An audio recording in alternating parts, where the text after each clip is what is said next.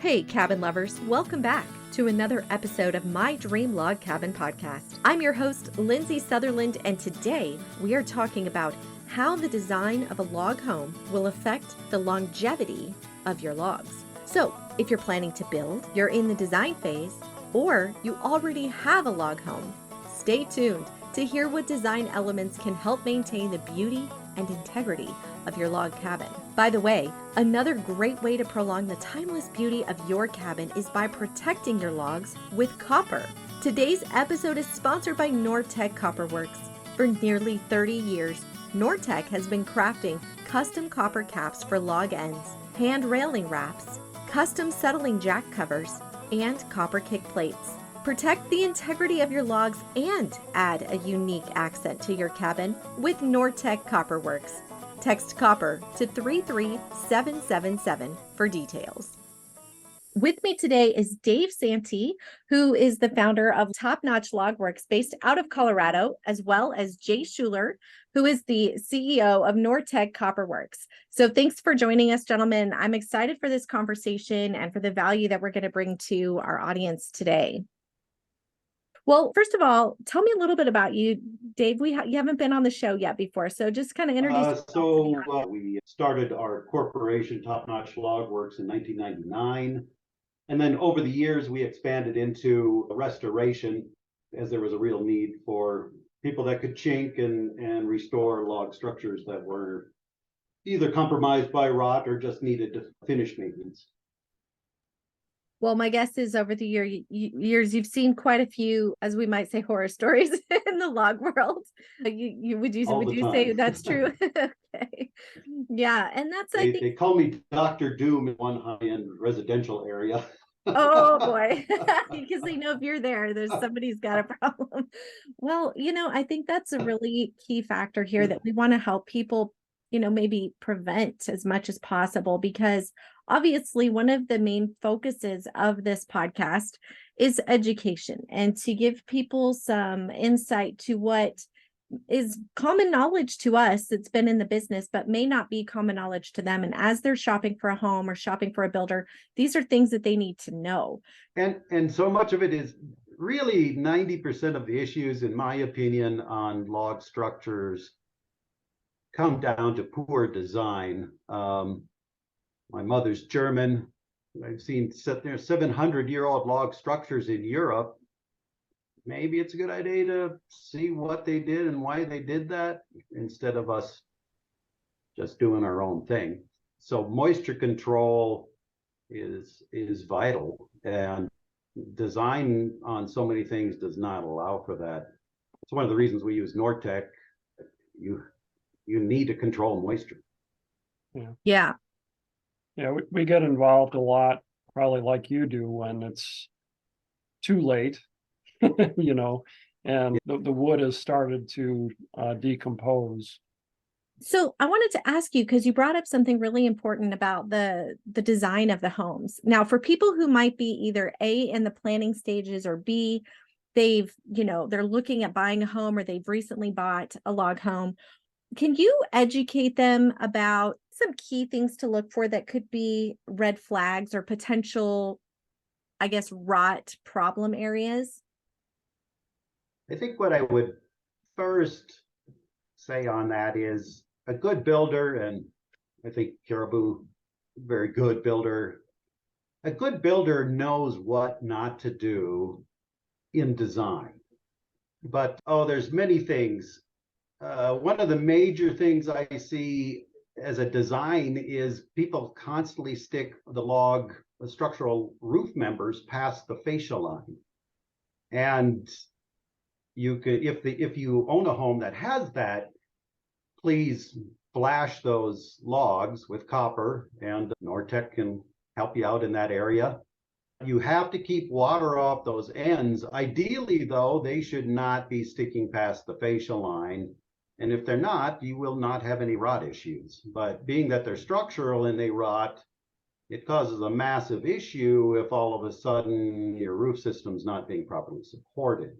Especially when they go into the home and it is fibrous, so the water is being drawn right through the log. from Yes. one end to the other. So it's not like, oh, it's outside, what do I have to worry about? Well, it's actually going through the entire log, because it's like a straw Yes. that sucks the water right through the log. We Right. do end cap a lot of truss members, or cross truss pieces for just what you're talking about. And I think we've done some for you possibly too. So, Right. Yeah. In addition to logs not sticking past the fascia line, I'm not a fan of log joists type systems for decks. We do it all the time, but if you're going to do that, we now flash all those logs halfway over with copper. And yes, it's fairly expensive, but it's a lot cheaper than us showing up and ripping the deck off your house and putting it back on again. Upturn checks, we were talking earlier about, your builder should either be picking logs, orienting in such a way that the cracks are not catching moisture. And if they are, ideally treat those cracks with a topical borate like Armor Guard, or there's a number of them out there. You spray it on, sinks in, and then use something like Energy Seal or Log Builder to fill those cracks so that water can't dwell in those cracks.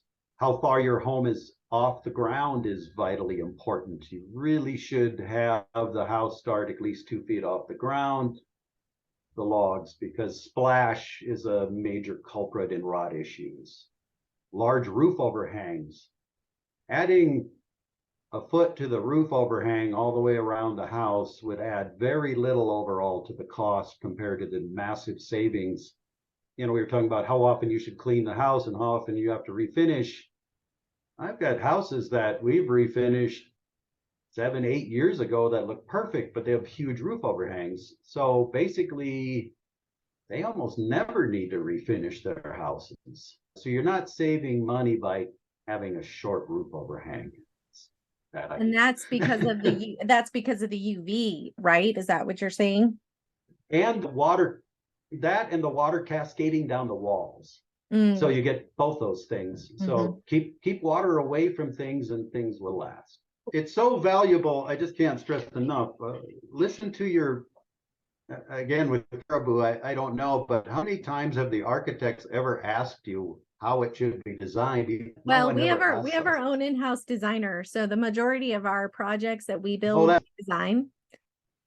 Right. That helps. Well, and sometimes people do have an architect. I mean, I would say maybe 1 or 2% of our homes, they have an architect or some sort of other third-party designer involved. And then our designer just participates in their meetings. So our big goal by the time it's done is not just to make a pretty house, a beautiful house, obviously, but to make sure it's buildable and it's going to last. And so, like you said, we're designing it to last. Right. So, yeah. Good deal. Well, tell everybody where they can find you if they are interested. And also, just to be clear, will you tell us, are you only in Colorado? Are you statewide? Do you travel outside of that?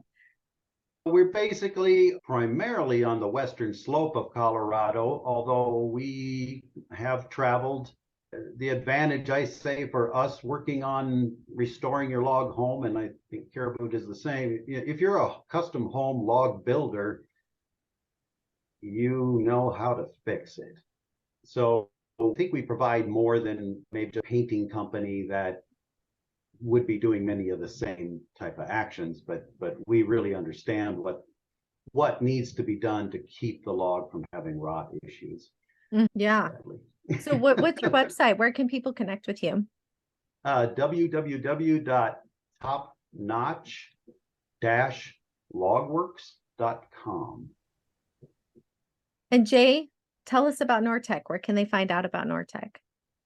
Yeah, all of our standard and custom products can be viewed online at nortekcopperworks.com, or you can text us copper to 33777. Plus, we do have a full line of custom caps, just like the exterior and interior handrails. We do provide a copper cover for round handrails.